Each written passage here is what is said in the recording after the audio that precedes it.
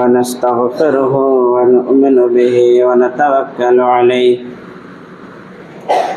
ونعوذ بالله من شرور أنفسنا ومن سيئات أعمالنا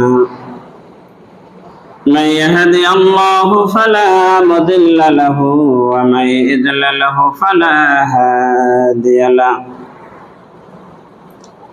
ونشهد أن لا إله إلا الله وحده لا شريك له ونشهد أن محمدا عبده ورسوله أما بعد فإن خير الحديث كتاب الله وخير الهدي هدي محمد صلى الله تعالى عليه وسلم وخير الأمور عواجمها وشر الأمور محدثاتها وكل محدثة بدعة وكل بدعة ضلالة وكل ضلالة في النار أعوذ بالله من الشيطان الرجيم بسم الله الرحمن الرحيم قاف والقرآن المجيد بل عجبوا أن جاءهم منذر منهم فقال الكافرون هذا شيء عجيب أإذا متنا وكنا ترابا ذلك رجع بعيد قد علمنا ما تنقص الأرض منهم وعندنا كتاب حفيظ بل كذبوا بالحق لما جاءهم فهم في عمر مريج أفلم ينظروا إلى السماء فوقهم كيف بنيناها وزيناها وما لها من فروج والأرض مددناها وألقينا فيها رواسي وأنبتنا فيها من كل زوج بحيث تبصرة وذكرى لكل عبد منيب ونزلنا من السماء ماء مباركا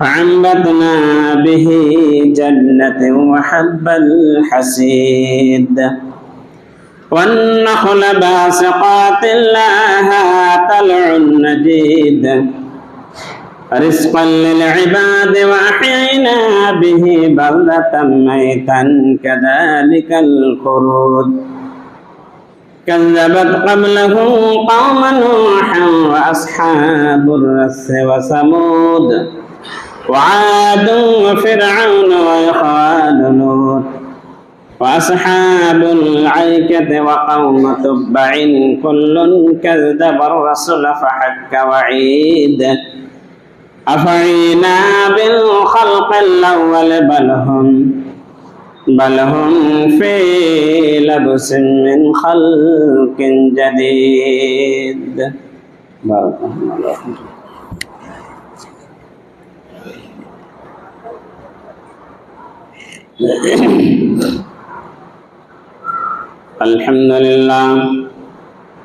الحمد لله الذي كفى الصلاة والسلام على رسوله النبي الكريم أما بعد أعوذ بالله من الشيطان الرجيم بسم الله الرحمن الرحيم ربنا ظلمنا أنفسنا وإن لم تغفر لنا وترحمنا لنكونن من الخاسرين উপস্থিত হাজিরানে জুমা, প্রশংসা মাত্র ওই মহান আল্লাহ তাবারক ওয়া তাআলার জন্য, যে মহান আল্লাহ তাবারক ওয়া তাআলা আমাদের মানব জাতিকে সর্বের সেরা অত্যুত্তম করে সৃষ্টি করেছেন, যার ইশারা ইঙ্গিতে গোটা বিশ্ব পরিচালিত হচ্ছে, সেই মহান আল্লাহ তাবারক ওয়া তাআলার কৃতজ্ঞতা স্বরূপ সকলে পড়ি আলহামদুলিল্লাহ। তারপরে পরে আমাদের ধর্মের গুরু, ধর্মের নেতা, আখিরে নবী তাজদার মেদিনী, দার সাগর দার কান্ডারি, আমরা লাল ফখর দো আলম বিশ্ব নবী জনাব মুহাম্মদ রাসূলুল্লাহ সাল্লাল্লাহু আলাইহি ওয়াসাল্লামের প্রতি শত সহস্র শান্তির ধারা অবতীর্ণ হোক, বর্ষিত হোক। যথাল্লাহুম্মা সাল্লি আলাইহি আল্লাহুম্মা বারিক আলাইহি। আমরা প্রত্যেকে জানি আল্লাহ রাব্বুল আলামিন এক একটা মাসের প্রতি এক এক রকমের ফজিলত দিয়ে রেখেছেন। হয়তো অনেকে জানেন, অনেকে জানেন না। আমরা আরবি মাসের প্রথম মাস মুহররমুল হারাম, প্রথম বছরের, নতুন বছরের প্রথম মাস মুহররম মাস। এখন যদি আপনাদের অনেকে জিজ্ঞাসা করি, হয়তো আজকে ক তারিখ বলতে পারবেন না। তার কারণ আমরা এর সাথে, আরবি মাসের সাথে আমরা কেউ যুক্ত নই। এখন যদি আপনাদের জিজ্ঞাসা করি ইংরেজি ক তারিখ, কত সাল, 80% মানুষই বলে দেবে। বাংলা মাসটা মোটামুটি করে হয়তো 50% মানুষ বলতে পারবে। কিন্তু আজকে যে মুহররম মাসের 8 তারিখ 1447 হিজরি, 1447 সাল, আজ মুহররম মাসের 8 তারিখ। তাহলে এই মাসের আল্লাহ রাব্বুল আলামিন একটা বিশাল ফজিলত রেখেছেন, বিশাল গুরুত্ব রেখেছেন। যেমন আমাদের যে মাসটা গেল, জিলহিজ্জার মাস গেল, এর গুরুত্ব, এর ফজিলত, এর রোজার ফজিলত, আরাফার রোজার ফজিলত, কুরবানির ফজিলত, অনেক ফজিলত আপনারা শুনেছেন, অনেকে আমলও করেছেন। অনুরূপভাবে আজকে মুহররম মাসের 8 তারিখ, কালকে হবে 9 তারিখ, রবিবার হবে 10 তারিখ। তো এই 10 মুহররম যখন আসে, গোটা পৃথিবী জুড়ে এক শ্রেণীর মুসলমানের বিশাল উল্লাস, বিশাল আনন্দ, বিশাল তাজিয়া, বিশাল মিছিল, ঝাড়নি, অনেক কিছু বেদাতি পদ্ধতিতে তারা পালন করে থাকে। কিন্তু 10 মুহররমের যে বিশাল গুরুত্ব রয়েছে, যে কারণে এই রোজাটি রাখা হয়, সে কারণগুলো আমাদের মাথায় নেই। বলা হচ্ছে প্রতি বছরই যখন এই সময় আসে, তারপরে আপনারা ভুলে যান। আর যারা তাজিয়া মিছিল নিয়ে বের করেন, তারা তো ভুলেই যায়। তা আসুন আমরা একদিক থেকে এই মুহররম মাসের 10 তারিখের কি গুণাগুণ, কি ফজিলত, কি কারণে এত তার গুরুত্ব, মাহাত্ম্য, সেটা আমরা জানি। তারপরে নবী সাল্লাল্লাহু আলাইহি সাল্লামের মৃত্যুর 50 বছর পরে যে কারবালা ঘটেছে, কুফা প্রান্তরে, ইমাম হুসাইন রাদিয়াল্লাহু তাআলা আনহু মর্মান্তিক ভাবে শহীদ হয়েছেন, তার কিছু কথা আপনাদের শোনাবো ইনশাআল্লাহ। তো নবী সাল্লাল্লাহু আলাইহি সাল্লাম যখন মক্কা থেকে মদিনা হিজরত করলেন, তখন দেখলেন যে ইহুদিরা এই মুহররম মাসের 10 তারিখে রোজা রাখছে। তো মদিনার লোকদেরকে জিজ্ঞাসা করা হলো যে তোমরা এই মুহররম মাসের 10 তারিখে কেন রোজা রাখছো, কি কারণ? তো তারা বলল যে আমাদের নবী হযরত মুসা আলাইহিস সালাতু ওয়াস সালাম, বনি ইসরাইলের নবী মুসা আলাইহিস সালাতু ওয়াস সালাম ফিরআউনের হাত থেকে পরিত্রাণ পেয়ে বিজয় হয়েছিলেন, আর ফিরআউনকে ডুবিয়ে মারা হয়েছিল। তাই মুসা আলাইহিস সালাতু ওয়াস সালামের অনুসারীরা, আমরা যারা মুসা আলাইহিস সালাতু ওয়াস সালামের অনুসারী, তারা আমরা সেই বিজয়ের জন্য, মুসা যে বিজয় পেয়েছিলেন, বিজয়ের উৎসবে এবং শুকরিয়া আমরা এই মুহররমের 10 তারিখে রোজা রাখি। এই দিনেই মুসা আলাইহিস সালাতু ওয়াস সালাম নীল নদ পার হয়ে বিজয় হয়েছিলেন, আর মুসা সেই নদীতে ডুবে পড়েছিল। তাই আমরা তার শুকরিয়ার জন্য মুসা আলাইহিস সালাতু ওয়াস সালাম যে বিজয় হলেন, পার হয়ে গেলেন, তার শুকরিয়ার জন্য আমরা রোজা রাখি। একথা যখন ইহুদিরা বলল, এবার আমার আপনার নবী, বিশ্ব নবী জনাব মুহাম্মদুর রাসূলুল্লাহ বলেন সাল্লাল্লাহু আলাইহি ওয়াসাল্লাম, তিনি কি বললেন? তিনি বললেন আনা আহাক্কু বিমূসা, তাহলে আমি তো বেশি মুসার উপরে হক রাখি, তার কারণ আমিও নবী, মুসাও নবী। তাহলে নবী নবী হিসাবে আমি তো ভাই, আমার তো সে উত্তরসূরি, আমি তো বেশি হক রাখি। আর তোমরা তো ইহুদি, তোমরা তো মুসার দিনের এখন অনেক পরিবর্তন করে দিয়েছো। মুসার আসল দিন তো তোমরা এখনো মানো না। ইহুদিরা তো তখন মুসার দিন পূর্ণ মানতো না, কিন্তু মুসার ওই বিজয়টাকে তারা মানতো, আর তারা মেনে মুসা আলাইহিস সালাতু ওয়াস সালামের বিজয়ের কারণে তারা রোজা রাখতো।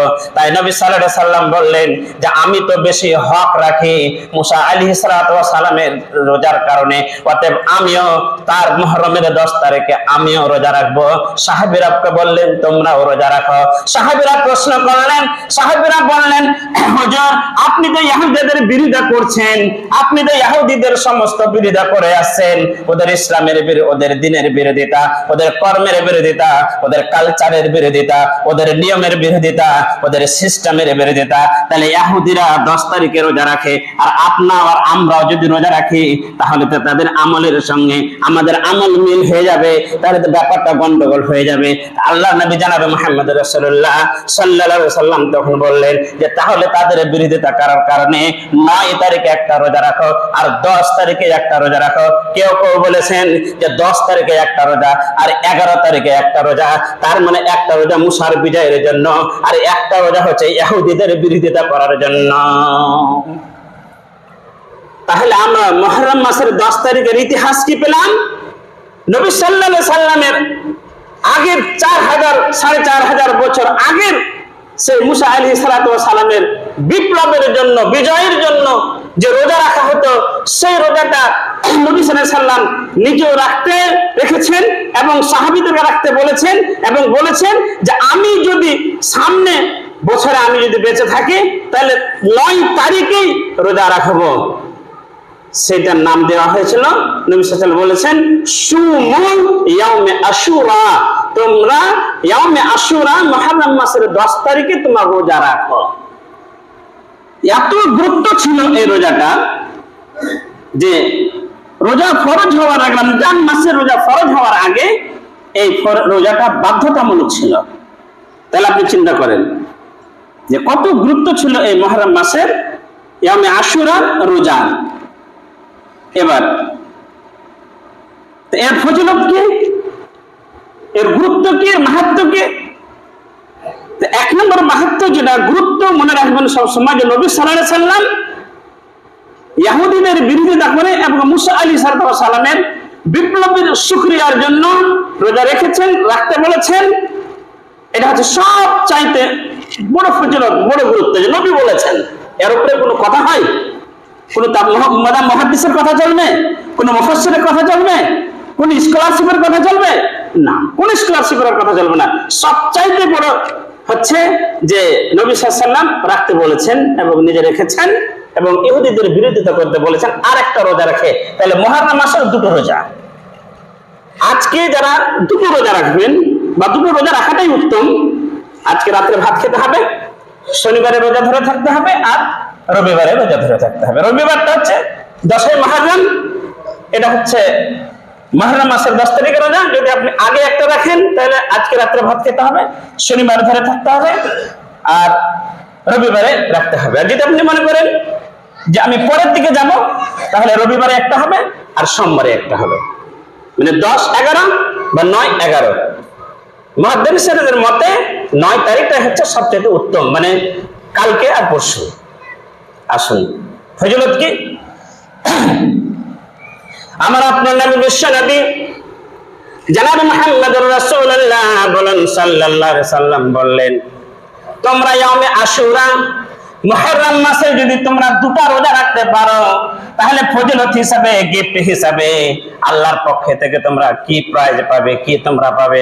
আল্লাহ নবী বললেন যে তার পক্ষ থেকে বলা হয়েছে, নবী সাল্লাল্লাহু আলাইহি ওয়াসাল্লাম বলেছেন, আমি আশা করছি, আমার আশা আছে, আমি আশা করছি। ভাষাটা শুনবেন, আল্লাহর নবী নিজে বলছেন যে আমি আশা করছি, আমার ভরসা আছে যে যারা করবে কি মুহররম মাসের দুটো রোজা রাখবে, তাদের বিগত জীবনের 1 বছরের গুনাহ আল্লাহ রাব্বুল আলামিন ক্ষমা করে দেবেন।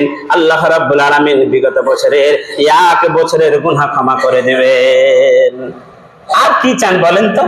দুটো রোজা রেখে আল্লাহর কাছে আর কি চান? যে আল্লাহ রাব্বুল আলামিন আমাদের বিগত জীবনের 1 বছরের গুনাহকে ক্ষমা করে দেবেন। এই মুহররম মাসে বড় বড় ঘটনা ঘটেছে। সমস্ত ঘটনাগুলোই আপনারা বিজয়ের, লক্ষ্য রাখবেন। আজকে আমরা যখন মুহররম মাস আসে, তখন আমাদের এক শ্রেণীর মানুষের, বা আমাদেরও কিছু কিছু মানুষের, আমাদের ব্রেন অন্যদিকে চলে যায় আমাদের কারবালার প্রান্তরের ঘটনা, চলে যায় আমাদের ব্রেন হোসেনের ঘটনা, চলে যায় আমাদের সেই কুফাবাসীদের ঘটনা। ব্যতিক্রমী ভাবে, মানে যেটা কুফাতে ঘটেছে, এটা ইসলামের একটা কলঙ্ক ইতিহাস, খুব দুর্দান্ত, খুব মর্মান্তিক ঘটনা, যেটা মুহররম মাসের 10 তারিখেই ঘটেছে। কিন্তু ইয়াউমে আশুরা, যেটা হাদিসে যেটা এসেছে, নবী সাল্লাল্লাহু আলাইহি ওয়াসাল্লাম যে কারণে রোজা রাখতে বলেছেন ইয়াউমে আশুরা, সেটা মুহররম মাসের 10 তারিখে যে কারবালা ঘটেছে, হুসাইনের যে মর্মান্তিক শহীদ হয়েছে, তার সঙ্গে কোনো সম্পৃক্ত নাই। এই কথাটা মনে রাখবেন। আপনাকে গুরুত্বপূর্ণ একটা কথা বলে দিলাম, সেটা হচ্ছে এই যে ইয়াউমে আশুরা যেটা নবী সাল্লাল্লাহু আলাইহি ওয়াসাল্লাম রাখতে বলছেন, যেটার জন্য 1 বছর বিগত জীবনের গুনাহ ক্ষমা হবে, সেই ইয়াউমে আশুরা, সেই মুহররম মাসের রোজা কারবালার প্রান্তরের মর্মান্তিক হুসাইন রাদিয়াল্লাহু তাআলা আনহুর ঘটনার সঙ্গে কোনো সম্পৃক্ত নেই, কোনো সম্পর্ক নেই। আমরা দুঃখিত, ইতিহাসের নামে সেটা কলঙ্ক, সেটা মর্মান্তিক ঘটনা, তার জন্য আমরা দুঃখিত, বেদনাদায়ক। গোটা বিশ্বের মুসলমান যেরকম ঘটনা যেন আর কিয়ামত পর্যন্ত কোনোদিন না ঘটে, এটা আমাদেরকে মানতে হবে। এবং যারা হুসাইন রাদিয়াল্লাহু তাআলা আনহু, যারা হচ্ছে কাতিল, যারা কাতিল করেছে, যারা হত্যা করেছে, তাদের প্রতি আমাদের লানত থাকবে কিয়ামত পর্যন্ত, তাদের জন্য আমাদের বদদুয়া থাকবে। কিন্তু রোজা রাখার যে সম্পর্ক, সেটা কিন্তু ওই কারবালার মুহররমের মোতামের রোজা, ওই সেদিনের রোজা কিন্তু নয়। হাসান আগে মারা গেছেন, আপনার 50 হিজরিতে উনি মারা গেছেন, ওর সাথে কোনো ঘটনার সম্পর্ক নেই। হুসাইন ওই দিনে মারা গেছেন। তো হুসাইনের জন্য রোজা, এটা কখনো দিল থেকে ছুড়ে দেন, দিল থেকে তুলে দেন, খবরদার, এটা মনে রাখবেন না কোনোদিনই। কেন? যে নবী সাল্লাল্লাহু আলাইহি সাল্লামের মৃত্যুর 50 বছর পরে এই ঘটনা ঘটেছে, আর নবী সাল্লাল্লাহু আলাইহি সাল্লাম 50 বছর আগে এর ফজিলত বলে গেছেন, এবং বড় বড় ঘটনা ঘটেছে, সেগুলো নবী সাল্লাল্লাহু আলাইহি সাল্লাম বলে গেছেন। এই মুহররম মাসের 10 তারিখে আরেকটি ঘটনা ঘটেছে, সেটা হচ্ছে, আপনারা জানেন ইতিহাসের মধ্যে বড় বিপ্লব ঘটেছিল। হযরত নূহ আলাইহিস সালাতু ওয়াস সালাম, নূহ আলাইহিস সালাতু ওয়াস সালাম 950 বছর ধরে জাতিকে হেদায়েত করতে পারেননি। তখন লাস্ট পর্যন্ত নূহ আলাইহিস সালাম বাধ্য হয়েছিলেন আল্লাহর কাছে আযাব চাইতে। আল্লাহ আযাব দিয়েছিলেন, বন্যার আযাব দিয়েছিলেন, বন্যা দিয়ে সমস্ত ধ্বংস করে দিয়েছিলেন। কেনান তার ছেলে বন্যাতে ডুবেছে। কেনান কেবল আল্লাহর নবী হযরত নূহ আলাইহিস সালাম বললেন, আল্লাহ গো, এটা তো আমার ছেলে, আমার পুত্র, তাকে আমি নৌকাতে উঠিয়ে নেব নাকি? আল্লাহ রাব্বুল আলামিন নূহ আলাইহিস সালামকে বললেন, না, সে তোমার আহাল নয়, তার কারণ তোমার নেতৃত্ব মানেনি, সে আল্লাহকে মানেনি, আপনাকে নবী হিসেবে মানেনি, অতএব খবরদার তাকে আহাল বলে পরিচয় দেবে না। তাও নবী সাল্লাল্লাহু আলাইহি সাল্লাম আহাল বলে পরিচয় দেননি, ছেড়ে দিয়েছেন। এবার সে যদি পাহাড় পর্যন্ত, সে যদি পাহাড়ে যে বেঁচে যাবে, অহংকার করে বলেছিল আমি যদি পাহাড়ে বেঁচে যাব, যদি পাহাড় পর্যন্ত ডুবিয়ে সে কেনানকে ধ্বংস করা হলো। নূহ আলাইহিস সালামের সমস্ত মানুষকে, সমস্ত মুরতাদদেরকে, সমস্ত কাফেরদেরকে ধ্বংস করা হলো। আর আমার নবী হযরত নূহ আলাইহিস সালামকে, আল্লাহর নবী নূহ আলাইহিস সালামকে ওই যদি পাহাড়ে ঠেকিয়ে দিয়ে, নৌকাটাকে ঠেকিয়ে দিয়ে, নৌকাটাকে যদি পাহাড়ে বাঁধিয়ে দিয়ে আল্লাহ রাব্বুল আলামিন বাঁচিয়ে নিলেন। যে দিন যদি পাহাড়ে হযরত নূহ আলাইহিস সালামকে বাঁধানো হয়েছিল, সেই দিনটা ছিল এই 10ই মুহররম। তাহলে এত বড় বিপ্লব, আমরা কেন যাব ওখানে? নবী সাল্লাল্লাহু আলাইহি ওয়াসাল্লাম তো এগুলো বলে গেছেন যে এত বড় বিপ্লব নূহ আলাইহিস সালামকে দিয়েছেন। তারপরে আপনারা জানেন আদম আলাইহিস সালাম আপনার তওবা কবুল হয়েছিল এই মুহররম মাসের 10 তারিখে।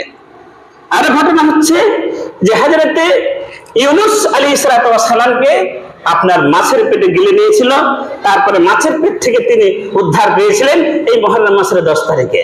ইয়াকুব আলাইহিস সালাম তার ইউসুফ আলাইহিস সালাম, পুত্র ইউসুফ আলাইহিস সালামের শোকে কেঁদে কেঁদে কেঁদে চোখ অন্ধ হয়ে গেছিল। আল্লাহ রাব্বুল আলামিন আবার ইয়াকুব আলাইহিস সালামকে চোখ ফিরিয়ে দিয়েছিলেন। যেই দিন চোখটা ফিরিয়ে দিয়েছিলেন সেই দিনটা ছিল এই মুহররম মাসের 10 তারিখ।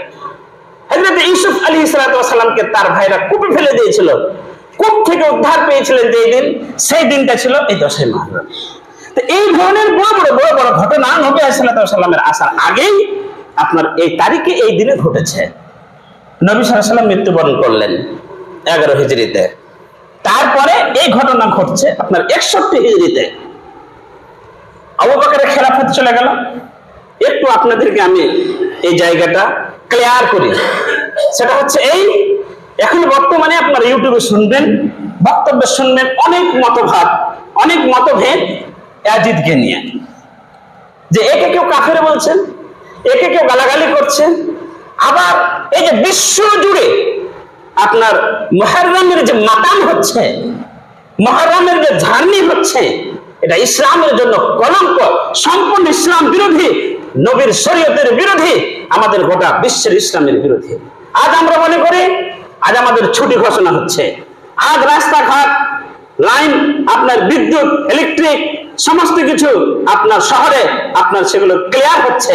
ডিএম অফিসে মিটিং হচ্ছে, মিটিং হয়ে প্রশাসনিক ভাবে তৎপরতা রাখছে যে এই তাজিয়াতে যেন কোনো বিঘাত না ঘটে, এতে যেন কোনো অসুবিধা না ঘটে, এই নিয়ে যাওয়ার জন্য যেন কোনো অসুবিধা না ঘটে, যেমন মুসলিমদের দুর্গা পূজা নিয়ে যাওয়ার জন্য যেন কোনো বিঘ্ন না ঘটে, সেরকমই আজ তৈরি হয়েছে।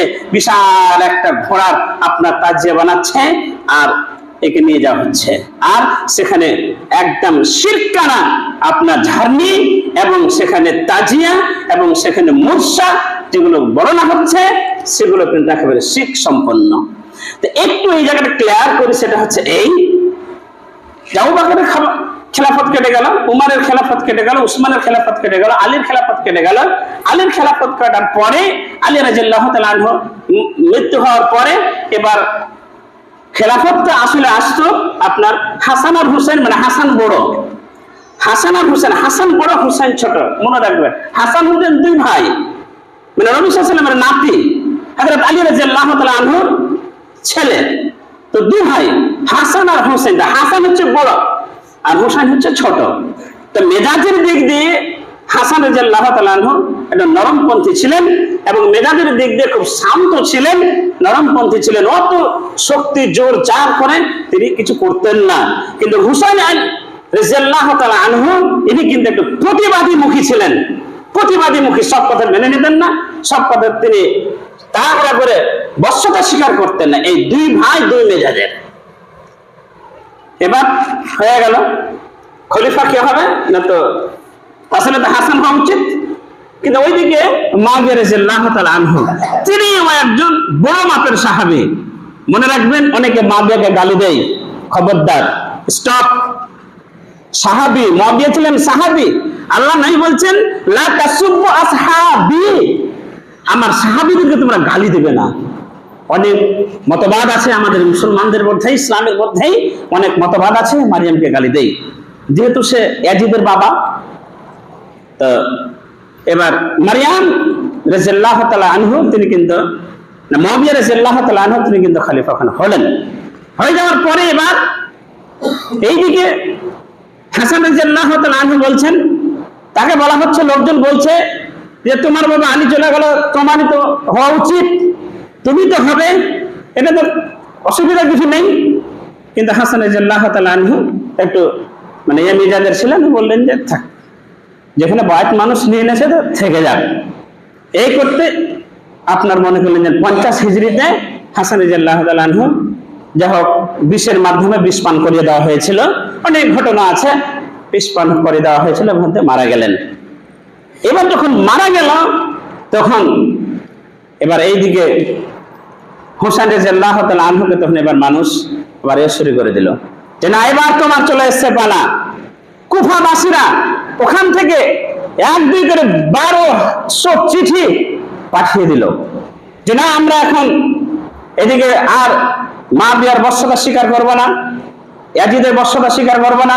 এবার প্রতিমধ্যে আপনার মুআবিয়া যখন মারা গেলেন তখন সমস্ত লোকের প্রলোভনে করে মুআবিয়া নিজের ছেলে ইয়াজিদকে আপনার সে খেলাফতি দিয়ে চলে গেলেন। এই জায়গাটাই হচ্ছে দ্বন্দ্ব, এই জায়গাটাই দ্বন্দ্ব, খেলাফত দিয়ে চলে গেলেন, রাজতন্ত্র কায়েম হয়ে গেল।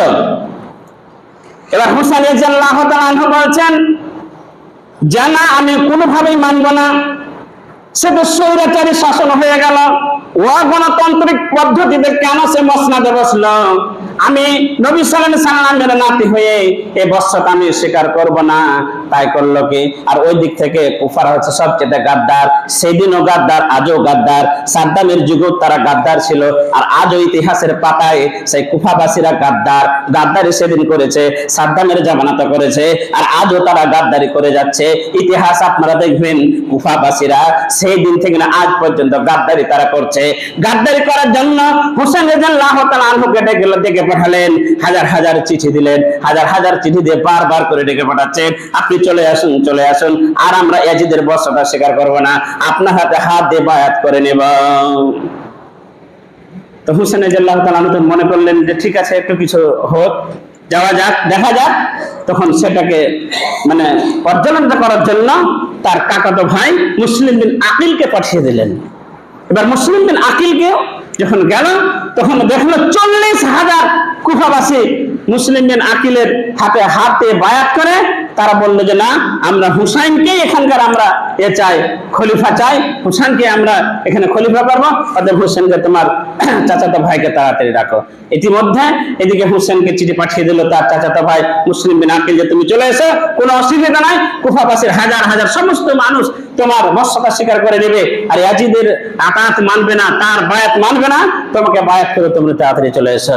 এবার তখন তার মোবাইলের জামানা ছিল না, চিঠির মাধ্যমে আদান প্রদান হচ্ছে। এবার এইদিকে মুসলিম বিন আকিল চিঠি পাঠিয়ে দিয়েছেন, হুসাইনকে ডেকে নিয়েছে, আর এইদিকে সেই ইয়াজিদ সৈন্য পাঠিয়ে আপনার ইবনে জিয়াদের পক্ষ থেকে সৈন্য পাঠিয়ে, তার হাতে সৈন্য পাঠিয়ে মুসলিম বিন আকিলকে হত্যা করে দেওয়া হয়েছে। আর যখনই মুসলিম বিন আকিলকে হত্যা করে দেওয়া হলো, সমস্ত যারা 40,000 মানুষ যারা বায়াত করেছিল হুসাইনের পক্ষ থেকে মুসলিম বিন ইয়াজিদের আপনার মুসলিম বিন আকিলের হাতে, সব আস্তে আস্তে আস্তে আস্তে সত্য সবাই সরে গেল। হুসেনের কাছে এই খবর নাই। হুসেন বেরিয়ে গেলেন। বড় বড় সাহাবীরা মদিনার, মক্কার বড় বড় সাহাবীরা মদিনার বড় বড় সাহাবীরা নিষেধ করছেন। আপনার আব্দুল্লাহ বিন আব্বাস, আব্দুল্লাহ বিন উমার, উমারের ছেলে আব্দুল্লাহ, আব্বাসের ছেলে আব্দুল্লাহ, যাকে বলা হয় রাইসুল মুফাসসিরিন, গোটা পৃথিবীর মধ্যে আপনার মুফাসসির তাফসীরের সম্রাট, তিনিও নিষেধ করছেন যে তুমি খবরদার কুফায় যেও না, তোমার বাবাকে হত্যা করেছে, গাদ্দারি করেছে, তোমার বাবার সাথে তোমার সাথে গাদ্দারি করার জন্য তোমাকে ডাকছে, খবরদার তুমি কুফাতে যেও না।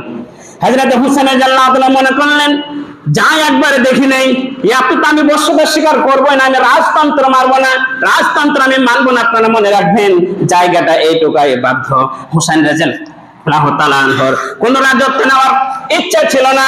হুসাইন রাদিয়াল্লাহু তাআলা একটাই ইচ্ছা ছিল যে আমি রাজতন্ত্র কায়েম করতে দিব না, গণতান্ত্রিক পদ্ধতিতে পৃথিবী চলবে। আমি যদি আজকে এই প্রতিবাদ না করি তাহলে সারা জীবন ইসলামী রাজতন্ত্র থেকে যাবে। অতএব রাজতন্ত্র ইসলামী পছন্দ করে না, অতএব গণতান্ত্রিক পদ্ধতিতে ইসলাম কায়েম হবে।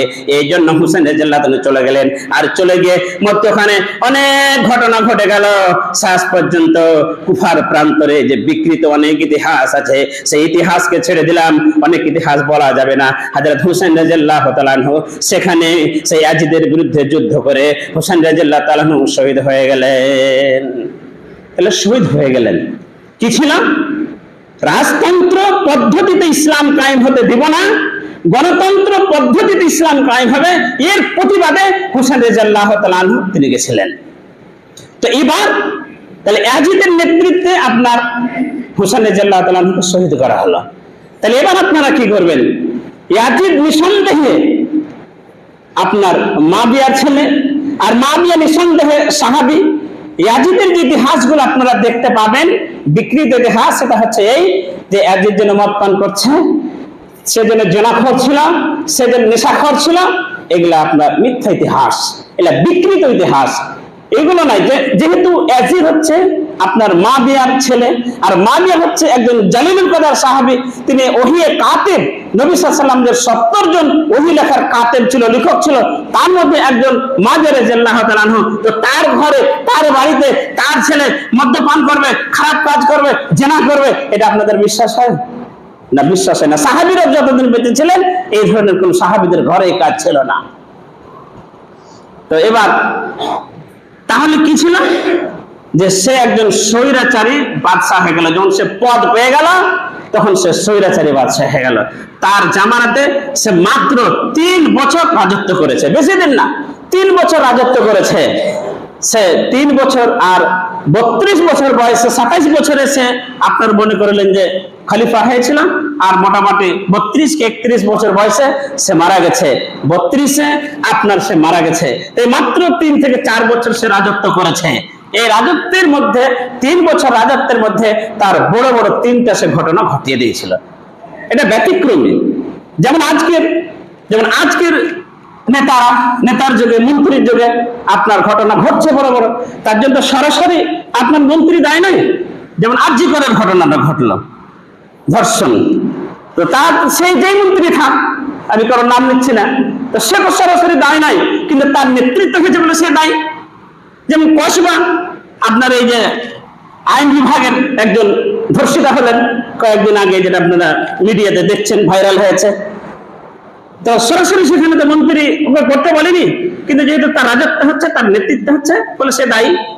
তো এই ইয়াজিদের জামানায় 3টা বড় বড় ঘটনা ঘটে গেছিল, যেটা হচ্ছে ইসলামের জন্য কলঙ্ক, খুবই দুঃখজনক। 1 নম্বর হলো যে হুসাইন রাদিয়াল্লাহু তাআলা আনহুকে হত্যা করা হলো। এটা 61 হিজরিতে তাকে হত্যা করা হলো।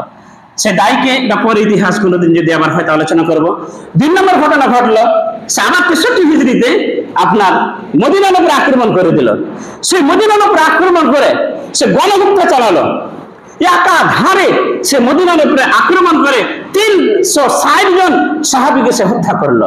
আর গণধর্ষণও সেখানে সে তার সেনারা চালিয়েছে, তার সৈন্যরা চালিয়েছে, তার সৈন্যরা গণহত্যা করেছে সাহাবীদেরকে, আর গণধর্ষণও সে চালিয়েছে। তারপরে আবার পরের হিজরিতে, পরের সালে আবার সে মক্কার উপরে অ্যাটাক করে দিল, মক্কার উপরে সে হামলা চালিয়ে দিল। সে মক্কার উপরে হামলা চালালো, আপনার কাবা শরীফে আগুন পর্যন্ত সে লাগিয়ে দিয়েছিল, কাবা শরীফে আগুন লাগিয়ে দিয়েছিল সে। এরকম একটা মর্মান্তিক ঘটনা আবার তখন ঘটে গেল। এই ঘটনার পরেই সে কিন্তু আবার মারা গেল। এবার আসুন, তো এই যে একটা বিতর্ক চলছে যে ইয়াজিদ কাফের না মুসলমান, তো মুসলমান তো অবশ্যই, কেন যে যেহেতু মারিয়ামের মুআবিয়ার পুত্র, সে তো মুসলমান ঘরে জন্ম নিয়েছে, সে তো কাফেরের নেতৃত্বে ঘরে জন্ম নেয়নি, এটা মনে রাখবেন। আর 2 নম্বর হচ্ছে যে এই ঘটনার জন্য সে তো দায়ী, মদিনা আক্রমণের জন্য দায়ী, তার জন্য দায়ী। যেমন আপনার সিফিনের যুদ্ধ ঘটেছিল মুসলমানে, আপনার আয়েশাতে আর আলীতে, তাহলে আয়েশাকে কাফেরা, আলী জিতেছিল না আয়েশা জিতেছিল? তো নবী সাল্লাল্লাহু আলাইহি ওয়াসাল্লাম স্বপ্নে দেখিয়েছিলেন যে আলী জিতেছিল, মানে আলী সঠিক পথে ছিল, আর মুয়াবিয়া সঠিক পথে ছিল না।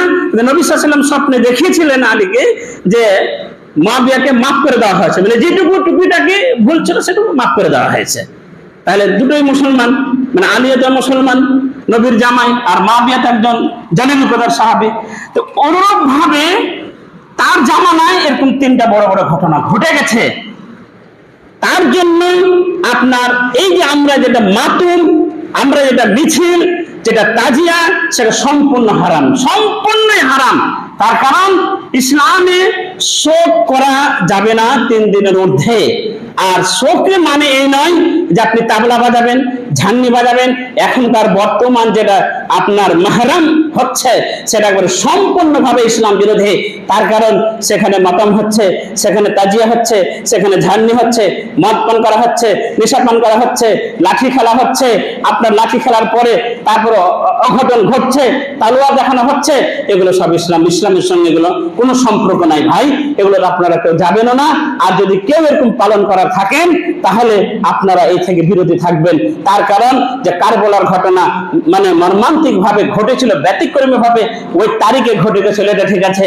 কিন্তু যে মুহররমের উৎসব সেটা হচ্ছে আপনার মুসার বিপ্লব, সেটা হচ্ছে ইউনূস আলাইহিস সালামের বিপ্লব, সেটা হচ্ছে নূহ আলাইহিস সালামের বিপ্লব, সেটা হচ্ছে আদম আলাইহিস সালামের বিপ্লব। এই সমস্ত বিপ্লবের কারণে মুহররম হচ্ছে আমাদের কাছে স্মরণীয়, ইয়াউমে আশুরা হচ্ছে আমাদের কাছে স্মরণীয়। এই কারণে স্মরণীয় আমাদের সেই আপনার কারবালার ময়দানে যে মর্মান্তিক ঘটনা হয়েছে, তার কারণে আমাদের মুহররম আমাদের কাছে স্মরণীয় নাই। তাহলে ইয়াজিদ সম্পর্কে এটা গবেষণা করে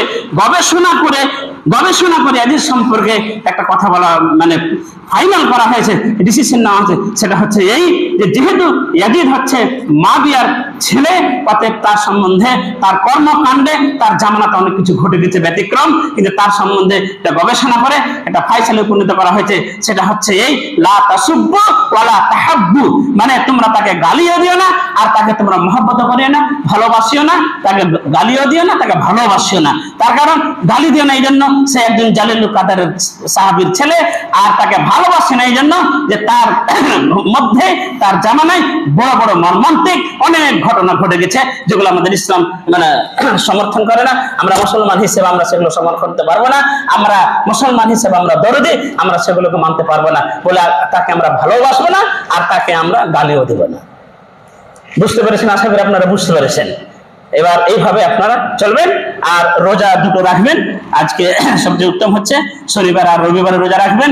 যদি শনিবারে কারো রাখা সম্ভব না হয় তাহলে রবিবার আর সোমবার রাখবেন। আল্লাহ রাব্বুল আলামিন যেন আমাদের প্রত্যেক জনকে এই সমস্ত ইয়াউমে আশুরা রোজা রাখার তৌফিক দান করেন, বলেন আমিন, আল্লাহুম্মা আমিন। আল্লাহ রাব্বুল আলামিন যেন আমাদের মুহররমের নামে ব্যতিক্রমী, বেদাতি, ঝাড়নি এবং সেই সমস্ত ব্যতিক্রমী ইসলাম বিরোধী কর্মকাণ্ড থেকে আমাদেরকে হেফাজতে রাখেন, বলেন আমিন, আল্লাহুম্মা আমিন। ওয়া আখিরু দাওয়ানা আলহামদুলিল্লাহি রাব্বিল আলামিন।